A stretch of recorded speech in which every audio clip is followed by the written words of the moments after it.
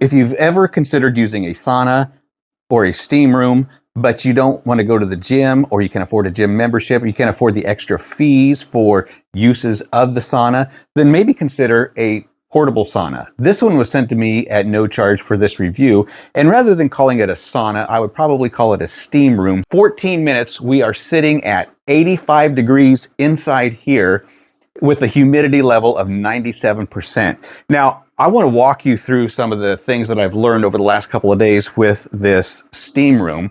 But before we do, let's talk about all of the things that you get in the package and how to set it up. So first off, you do get your steamer.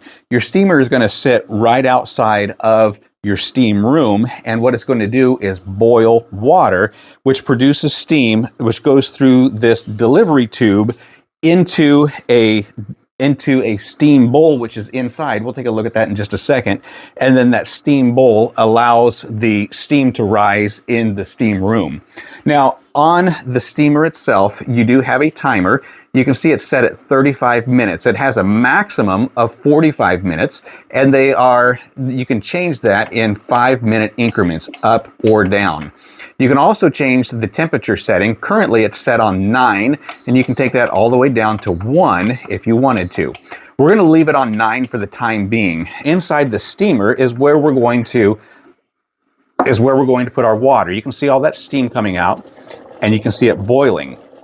Now, I put a half gallon of water in there so you can see how much is boiled out in 2 settings. So it's been on 15 minutes right now, and then I used it for 20 minutes this morning on just a half gallon of water. You want to make sure that you got that sealed tight so no steam escapes, and it all goes inside the steam room.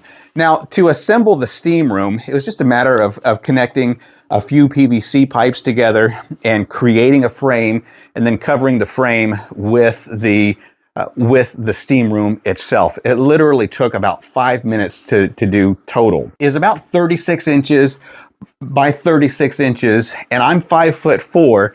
This stands 6 feet tall. There's actually a chair inside, and I want to show you what that looks like. But before we do, check out the steam that is inside there.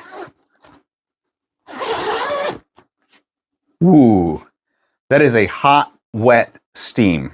So while we let that steam come out, it does also come with a remote, and the remote has to be pretty close to the steamer in order for it to work. But with the remote, you can change the timer and you can change the heat, all from just a short distance. Now I'm going to go ahead and power this off and allow this to kind of cool down a little bit before we go inside and show you what it looks like. Okay, so the first thing that we see here is the steam bowl, and I want you to notice around the steam bowl, look at how much moisture is coming in. By the way, that's really hot steam that's coming out of there, so be very careful. But look at that. I mean, it's just soaking wet in there. So what they do suggest is that you put a wet towel over the top of your steam bowl. So I wouldn't necessarily put a towel over the top of the steamer. I would put a towel underneath the steamer, because all of that steam is just going directly to the floor, and then it's rising. So you're going to get a lot of moisture on the floor, and you just want to make sure that when you are done with your time in the steam room, that you open up a window, you open up the door, and you leave it open so that the moisture can evaporate. If you don't, you're just going to be left with water in here overnight. Eventually, that's going to get stagnant if you don't use it enough, and then it's just going to mold, and it's not going to be good for your steam room. I used this yesterday, and my temperature got up to 111 degrees, 98% humidity, and then after I got out, I closed the doors and I left it, and just to see how long it would maintain the heat. And I had about 40 minutes of really good heat in here. And then when I come in this morning, there was water on the floor. So I think it's important that you have a towel, and always clean this up when you're done. Now, this chair does come with it, and it's going to get soaked while you're sitting here in your steam bath. And so I would also take it out, allow it to air dry, and just be very conscious of the fabric and the moisture, and make sure that things get dried out properly before using them again. So I really think that the best way to use this is you get your steam room filled with steam. Start at about 5-10 minutes before you want to get inside. And then once you get inside, zip it up and stay in there. Don't open the window, don't open the door, unless you need to adjust the heat or the time a little bit. Now, the remote control does need to be fairly close to the steamer in order for it to work.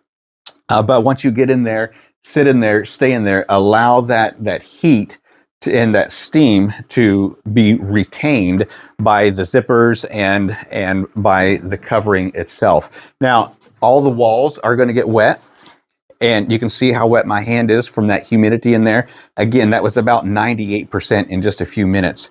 After you get out, leave things open so that it can air dry. Make sure you wipe up the floor so that it doesn't leave any mold or any moisture in there, and I think you're going to be good to go. So if you've been considering the benefits of a steam room or a sauna, whether that's going to be pre-workout, post-workout, or just for dietary health reasons, I think that a portable one is definitely a good option for you. If you're doing it pre-workout, you're going to get that dopamine, you're going to get those endorphins, you're going to get yourself energized and ready for your workout. If you're doing it post-workout, it's going to allow you to recover faster. It's also going to give you the endorphins. It's also going to give you the dopamine so that you're not feeling wiped out after your workout. Now, whether it's going to be pre-workout, post-workout, one thing that I think is very important is that you're going to be sweating a lot. And so don't go in with socks and shoes. I probably wouldn't even go in with a shirt on.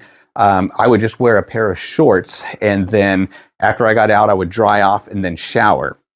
But you are, as I said, you are going to sweat, so you want to make sure that you are taking plenty of electrolytes. You're going to lose a lot of salt. You're going to lose some potassium, and so you need to replenish those as soon as possible so that you're energized for the day and you're feeling great. So portable steam room is definitely a good option to consider.